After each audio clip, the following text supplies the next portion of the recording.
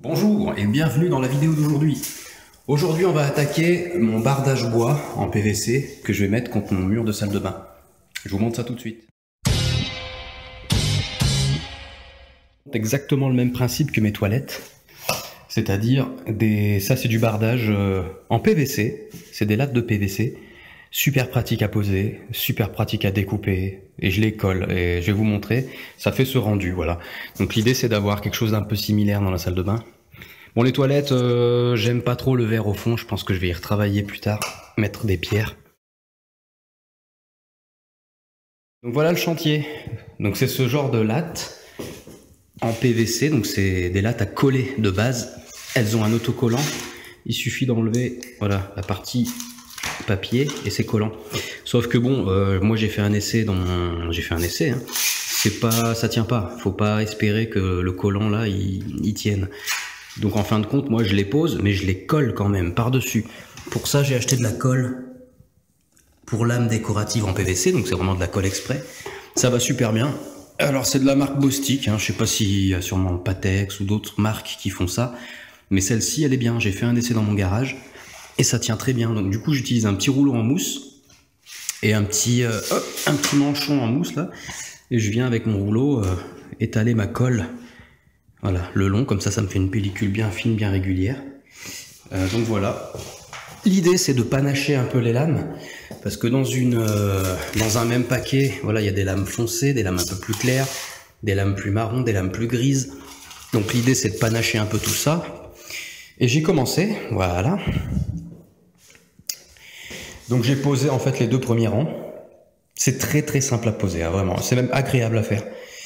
Les deux premiers rangs, comme ça je suis bien de niveau. Hein. J'ai pris mon niveau, j'ai bien vérifié que je suis de niveau. On voit que la plinthe ici elle est plus haute et ici aussi. Puis au milieu elle descend. Ça fait un jour, ici on voit du blanc. Mais ça c'est pas grave, après moi je vais peindre ça en noir ou en gris très foncé. Et ça se verra plus. Comme dans les toilettes en fait. Dans les toilettes j'avais exactement le même phénomène. Puisque le sol est droit, mais bon, il y a toujours des petites imperfections. Et voilà, et au final, une fois que tu peins le petit jour en gris, c'est fini, on voit plus rien. Donc là, je suis en train de faire la face de la fenêtre. Donc j'ai commencé, j'ai dû mettre une petite cale pour qu'on soit bien de niveau sur les premiers rangs, et après les autres, ils vont s'empiler, donc ça va. Du moment que les premiers rangs sont bien droits, le reste, ça se fait tout seul. Et j'ai déjà fait, hop, cette face. Voilà, cette face est terminée. Voilà, je trouve ça plutôt joli. Et surtout, l'avantage, c'est que c'est super facile à nettoyer, quoi. C'est lessivable. J'aime bien le style que ça donne pour une salle de bain. Donc j'ai fait toute la face du fond, là-bas. Ainsi que la face qui est là, derrière la porte, où il y a mon sèche-serviette. Donc là, j'ai refixé le sèche-serviette. Je le mets pas tout de suite en route parce que j'ai peur qu'il chauffe et que ça ramollisse la colle. Et enfin, je préfère que la colle est bien prise. Même si ça colle assez vite, hein, mais on sait jamais. Et puis j'ai décidé finalement de faire ça sur ces deux faces. Et ensuite je mettrai des pierres sur cette partie-là. Une petite chose que je voudrais montrer. Voilà ce que je viens de devoir couper. Donc là je suis venu avec une Dremel. Puisque figurez-vous qu'ici, il y avait une vis à placo, hein, qui ressortait, mais qui ressortait, elle n'a pas été vissée de là vers là-bas, elle a été vissée de là-bas vers ici. Il y avait la pointe, en fait, là, qui ressortait. Donc quand je suis arrivé là pour mettre ma latte, je me suis dit, tiens, il y a une pointe de vis à placo. Encore une fois, ça c'est mon plaquiste qui a été champion du monde, hein, je sais même pas comment il a fait pour... On visse pas les plaques de placo de l'intérieur vers l'extérieur. Je comprends même pas comment elle se retrouve là, cette vis. Il y a sûrement une raison, mais déjà, au moins on coupe ce qui dépasse, on laisse pas ça au client. Et de deux, bon, une vis, logiquement, si tu veux qu'elle tienne un truc, faut la visser vers l'intérieur, pas vers l'extérieur, parce que là, il n'y a rien qui tient, là. On va s'occuper aujourd'hui de mon bac de douche. Je vous montre ça tout de suite. Donc, le receveur de douche. Je vous explique le topo. C'est assez simple. De base, dans mon contrat de construction, mais j'aurai l'occasion de revenir plus en détail dans ce qui n'a pas été avec mon constructeur. J'avais un receveur de douche de 120. 120 ou 140 ? Non, 120. Donc là, on peut voir une petite délimitation là, de là à là. On voit que c'est une certaine couleur. Et puis on voit ce petit bloc là, il est d'une autre couleur, légèrement bleuté, grisé. En fin de compte, ce receveur, j'ai voulu, avant qu'il le pose, bien avant, hein, je me suis rendu compte que entre mes deux parois ici, j'avais 160, donc je me suis dit, ok, on va mettre un receveur de 160, super. Donc eux, ils m'ont facturé 300 € de plus. Bon, j'ai dit, ok, il n'y a pas de souci. Mais encore une fois, je vous expliquerai tout ça dans le détail. Puis à la fin, ils m'ont dit, oui, oui, mais on va vous prendre 2 semaines de plus sur le délai de livraison. Et j'ai dit non, à ce moment-là, laissez tomber, parce que 2 semaines de retard, c'est quand même une somme. Et donc finalement, ce que j'ai fait, c'est que j'ai coulé moi-même, ici, avec c'est de la colle à carrelage. Je sais pas si c'est une très bonne idée, mais en tout cas pour l'instant, ça tient très bien. J'ai coulé la prolongation de mon receveur de douche, avec une légère pente pour que ça aille ici dans les vagues. Et j'ai résiné ce receveur, enfin cette extension de receveur. Je l'ai résiné, la couleur que j'ai trouvée qui était le plus proche de ma couleur d'origine, et ensuite il y a un vernis de finition par-dessus pour que ce soit parfaitement bien protégé. Aujourd'hui, avant de poser la paroi, là, j'ai réfléchi, et ça m'embête d'avoir, même si c'est des couleurs assez proches, je me dis c'est dommage d'avoir ce rajout. Donc là c'est assez lisse au toucher, hein, mais on voit quand même qu'il y a une rajouture. Et donc aujourd'hui j'ai pris la décision, j'ai regratté tout le joint de silicone qui était autour. J'ai scotché pour bien protéger, pour pas mettre quoi que ce soit contre les murs. Et j'ai décidé de re-résiner, oh putain, je me pète la gueule, de re-résiner l'ensemble du bac. Donc je vais tout refaire, ça fera une couche uniforme sur l'ensemble du bac. Je vais vous montrer ce que j'ai acheté pour cela. J'ai pris la même résine que ce que j'avais utilisé pour la petite rajouture, hein. Donc j'ai pris ça chez Leroy Merlin, comme d'hab. Résine Résinance, couleur gris taupe. Alors j'espère que ça sera mieux que ce que j'avais acheté la première fois. Parce que ce que j'avais acheté la première fois, ça devait traîner sur leurs étagères depuis des années. La partie résine était toute figée. Donc j'ai eu beaucoup de mal Il a fallu que je la remue tout doucement, c'était tout en grumeaux, c'était compliqué. Donc là j'espère que ça sera un peu mieux. Et une fois que j'aurai appliqué, donc normalement, alors il faut mélanger ce produit et celui-là. Une fois que tu mélanges les deux, ça réagit, ça durcit. Mais une fois que tu as mélangé, c'est foutu quoi. Si tu l'utilises pas en entier, tu peux le foutre à la poubelle. Donc moi je vais faire 2 ou 3. Je vais voir. 3 couches, je pense. Donc je vais diviser en 3. Je vais faire un tiers du pot avec un tiers du pot. Puis pareil pour les 2 autres couches, un tiers, un tiers, un tiers, un tiers. Et ensuite, par-dessus, on applique ça, là, la résine de finition pour protéger. Incolore, mat. Voilà, c'est ce que j'avais mis déjà de base. Pour faire un tiers du pot, je vais pas faire ça à la louche, hein, je vais pas faire ça au pifomètre.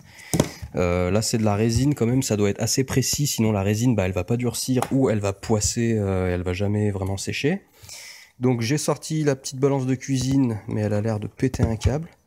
Après, c'est peut-être pas super de la mettre sur une couverture. Déjà, c'est pas la bonne unité, on va mettre ça en grammes, voilà. Et je vais utiliser la balance de cuisine, je vais peser mon pot. Je vais diviser ça en 3, et donc je vais faire un tiers de lui et un tiers de lui, parce qu'on voit qu'ils font pas le même poids. Voilà. Donc je suis plutôt content, hein. On voit toujours, à l'image on voit pas, mais moi à l'œil nu je vois très bien que la zone de droite elle est pas identique à la zone de gauche. Et peut-être que je peux vous le montrer. On voit la jointure, voilà, on voit une légère jointure, mais honnêtement, il faut vraiment mettre le nez dessus, hein. C'est quand même très bien, très propre. On est proche de la couleur du bac d'origine, donc j'ai détouré d'abord tout le tour, et puis ensuite un petit coup avec le rouleau, ça se passe très facilement. J'ai aussi fait la grille, aucun souci, ça se nettoie à l'eau, donc franchement, ça va super bien. Par contre, il n'y a pas une grosse quantité, hein. Du coup, j'ai pas fait un tiers du pot, j'ai fait la moitié du pot. Parce qu'un tiers, clairement, ça aurait pas été suffisant. Et déjà là, la moitié du pot, c'est juste. Faut pas espérer faire plus que ça, hein. C'est maximum du maximum avec un demi-pot. Et comme je veux faire 2 couches, parce que ça couvre mieux, c'est un peu mieux. Là, par exemple, on voit que là, j'ai pas forcément bien couvert. Bon, tant pis. Ça sera couvert à la 2e couche. Donc c'est pour ça que j'ai voulu faire absolument 2 couches. Par contre, pour faire 2 couches, c'est juste. Voilà, bon, et ben je laisse sécher, demain je fais la deuxième couche, puis ensuite j'appliquerai 2 couches de résine mat de protection. Par contre, il faut bien attendre plusieurs jours, je sais plus, je vais lire dans la notice. Et ensuite, ils disent bien de pas mettre d'eau dessus pendant minimum 7 jours. Donc voilà, de toute façon, ça va rester comme ça minimum 2 semaines, le temps que je finisse d'autres travaux, et je poserai la cabine de douche dans 15 jours uniquement. Voilà, comme ça au moins ça a le temps de bien reposer. Donc j'avais pris un plan de travail de cuisine en supplément, parce que j'avais déjà anticipé de me faire ce petit coin machine à laver, puisque j'ai l'arrivée d'eau et tout ce qui va bien exprès. Donc au final, bah voilà, j'ai fait un petit plateau, un petit retour aussi sur le côté pour que ce soit propre. Je me suis acheté un meuble de cuisine. Ensuite, je vais l'aménager. Je pense qu'ici, je vais m'intégrer un petit un panier à linge sale. Comme ça, j'aurai juste à le mettre dedans, qui va rentrer jusqu'à, on va dire, mi-profondeur de l'étagère. Comme ça, je pourrai encore stocker des trucs au fond. Ça me permettra d'avoir juste à ouvrir la porte pour mettre mon linge sale là-dedans. Il sera caché dans le meuble, et puis quand je voudrais faire ma machine, voilà, j'aurais plus qu'à ouvrir, prendre mon linge, le mettre dans la machine, et basta. Au-dessus, on a un petit tiroir, parce que c'est toujours pratique, voilà, d'avoir un tiroir pour soit mettre les produits de la machine à laver, ou je sais pas, des médicaments, ou autre. Donc voilà, ce petit meuble de machine à laver, on va appeler ça comme ça. Il me reste à terminer ici, à poser ma plainte verte tout autour pour faire propre. Et puis enfin, j'aurai juste à coller les pierres au mur pour faire vraiment la finition. Et la toute dernière étape, ça sera la pose de ma paroi de douche, de ma porte. Alors, je suis en train de faire le montage de la vidéo sur la salle de bain et je me rends compte que j'ai aucun rush, aucune vidéo qui montre moi qui pose des pierres et le rendu des pierres. Donc je vais vous faire un petit tour d'horizon là de la salle de bain qui est terminée à 99,9% parce qu'il manque une seule chose, c'est la cabine de douche, la paroi. Ça je l'ai pas encore posé, j'ai un rideau, bon pour l'instant ça va très bien. Donc voilà, je me permets de faire une petite coupure. Là la maison elle est finie depuis longtemps, mais je vais vous montrer le résultat de la salle de bain au complet. Au moins vous n'aurez pas regardé tout ça pour rien. Allez, c'est parti, on va découvrir ensemble le résultat final. Donc je me suis, voilà, le meuble que vous avez eu l'occasion de voir dans une vidéo dédiée. Je me suis acheté voilà, des petits éléments de salle de bain. Je me suis mis un joli miroir, un grand miroir là qui prend toute la place, lumineux, ça c'est sympa. Tu vois, tu as un petit bouton là, hop, tactile, si j'arrive à mettre le doigt dessus, qui permet d'éteindre et d'allumer le bazar. D'ailleurs, je vais mettre un peu de lumière, qu'on y voit quelque chose. Hop. Sur ce qui était en placo blanc, je suis venu faire un habillage de pierre. Donc, c'est de la vraie pierre. Donc, ça se colle facilement. Ensuite, il faut passer par-dessus un produit pour étanchéifier la roche. Bon, je pense pas que ça dure des années. D'ailleurs, là, je pense déjà que c'est plus très étanche. Mais on va dire, je balance pas de la flotte dessus non plus, quoi. Donc c'était juste par prévention par rapport à l'humidité.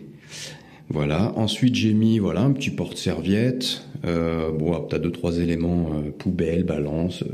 On retrouve mon meuble de machine à laver, voilà, avec les tiroirs avec des médocs. Ici, finalement, j'ai pas fait de panier à linge. Je me suis mis finalement juste un bac là-dedans et ça va très bien. Pour ce qui est de la douche, j'ai pas encore... Ah, si, il y a un truc intéressant à la rigueur à montrer. Comme ça a un peu vieilli, on peut voir ma juxtaposition là des deux blocs qui est en train vraiment de se dissocier. Ils n'ont pas le même coefficient de rétractation et de dilatation, ce qui fait que petit à petit ils finissent par se... Tu vois, on voit bien la différence entre les deux. Mais bon, après j'ai mis un rideau de douche parce que pour l'instant j'ai pas eu le courage d'acheter la cabine et de la fixer. Donc pour l'instant c'est du dépannage mais ça le fait. Puis voilà, je me suis mis 2-3 trucs genre une étagère, un miroir, ça c'est bien pratique. Bah pour se raser, voilà, c'est toujours bien d'avoir, enfin je trouve ça pratique.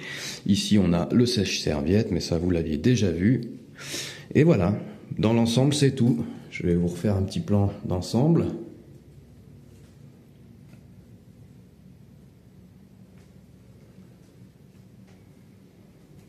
Voilà, voilà. Bon, comme d'habitude, je vous remercie. Si vous allez regarder jusqu'au bout, je vous félicite. Bon, si vous voulez liker, partager, envoyer un petit commentaire, moi ça me fera toujours plaisir, puis ça me motive à en faire d'autres. J'en ai plein là des rushs. J'ai fait ma cuisine, j'ai fait mes parquets, j'ai fait des peintures, là je suis en train de monter un atelier de bricolage, donc j'ai encore plein de vidéos que je vais pouvoir monter et vous partager. Faut juste que je prenne du temps et que j'ai le courage. Mais voilà, dans tous les cas, merci beaucoup d'avoir regardé, et puis bah je vous dis à très bientôt. Bye bye.